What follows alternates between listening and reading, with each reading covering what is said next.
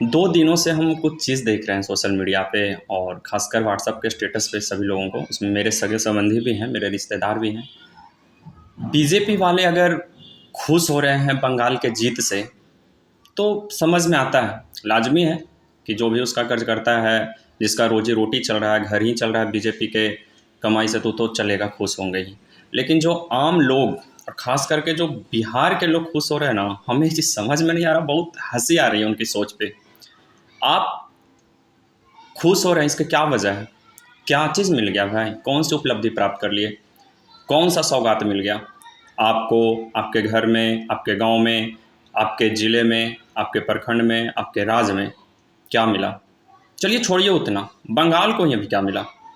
या जहाँ जहाँ बीजेपी शासित है वहाँ गर्व से क्या कह सकता है कि बीजेपी है यहाँ, इस वजह से ये चीज़ है।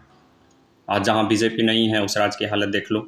बीजेपी वाले ही ये चीज़ कह सकते हैं क्या? या जितने भी प्रशंसक आप हैं, बीजेपी का फैन बने हैं, अंधा भक्त बने हैं, अब आप लोग के अक्ल नहीं है, क्षमता, ये तो हमें पता नहीं कि आप तो सवाल कर नहीं सकते उससे। लेकिन मेरा सवाल है कि मोदी का जो मेंटलिटी अब बीजेपी वाली का है ना, हमें लगता है कि एक आध टर्म और ये अगर रह गया ना देश में, तो ये दिल्ली जो राजधानी आज है देश का, वो दिल्ली से राजधानी हटा के अहमदाबाद न कर दें। अरे अजनबी वैष्णव या नरेंद्र मोदी से मेरा सिर्फ एक सवाल है कि 15 वर्ष भी कम पड़ रहे हैं ना उन्हें भारतीय रेलवे को सिर्फ समय पे ट्रेन चल सके ये करने में। कौन इसका जिम्मेवार है? अब कौन सुधारेगा भाई? ये किसकी जिम्मेवारी है? Indian railway?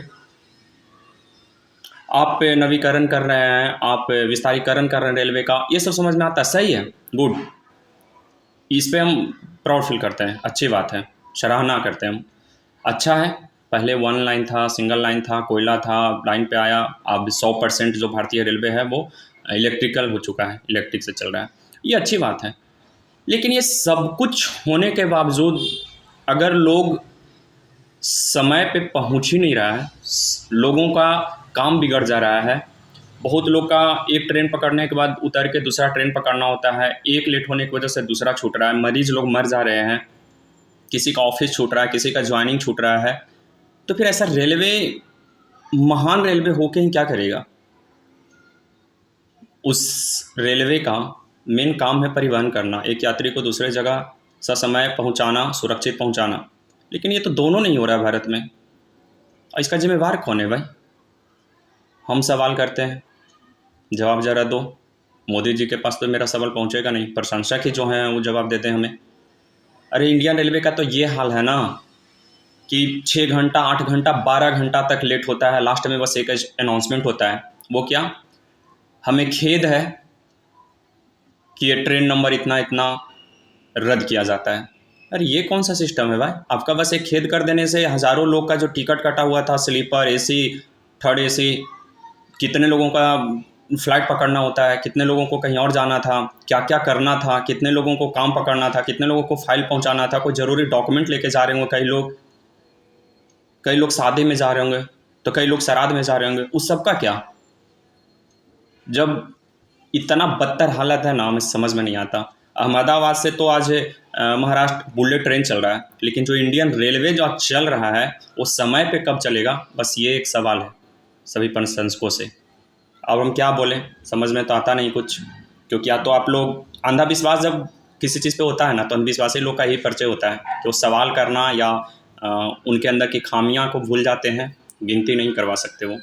और वही सब में से हम देख रहे हैं कि अब मेरे भी कुछ सगे संबंधी लोग हैं जो बीजेपी के फ़ैन हैं। हम किसी का फ़ैन नहीं है और इस पे हम गर्व करते हैं। आप बीजेपी के फ़ैन हैं तो आपसे भी हम सवाल करेंगे, आप हमसे कुछ सवाल नहीं कर सकते, क्योंकि हम किसी पार्टी का प्रशंसक हैं ही नहीं।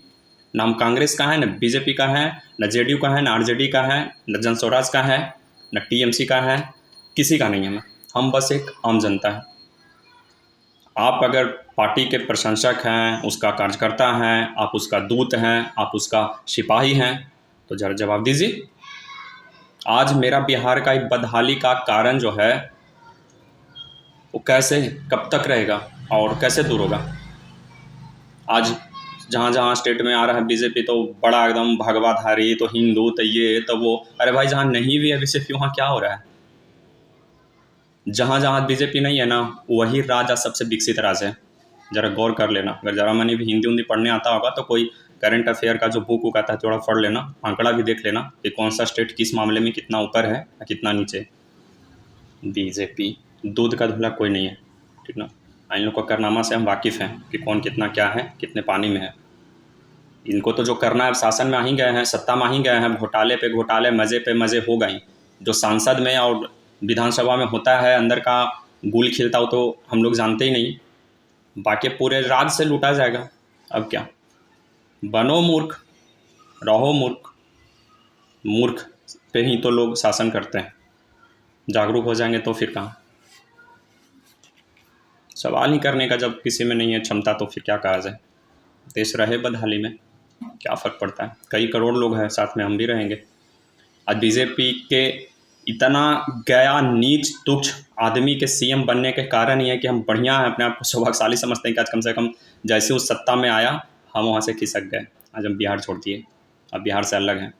जब तक वो रहेगा, सत्ता में रहेगा, उस शासन करेगा, जब तक हम बिहार में नहीं रहेंगे। हम उसका प्रजा बनना कबूल नहीं करते हैं सम्राट चौधरी का। जब तक वो राजा रहेगा हम उसका प्रजा नहीं कहलाएंगे, हम उसके शासन के अंदर अधीन नहीं रहेंगे, मुझे वो नहीं चाहिए।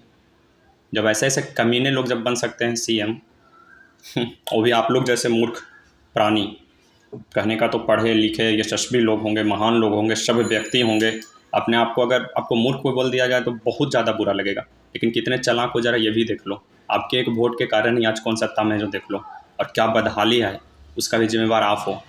कोई नेता और कोई पार्टी नहीं, इसका पूरे के पूरे जिम्मेवार आप हो। झेलो, क्या कहें, चलो।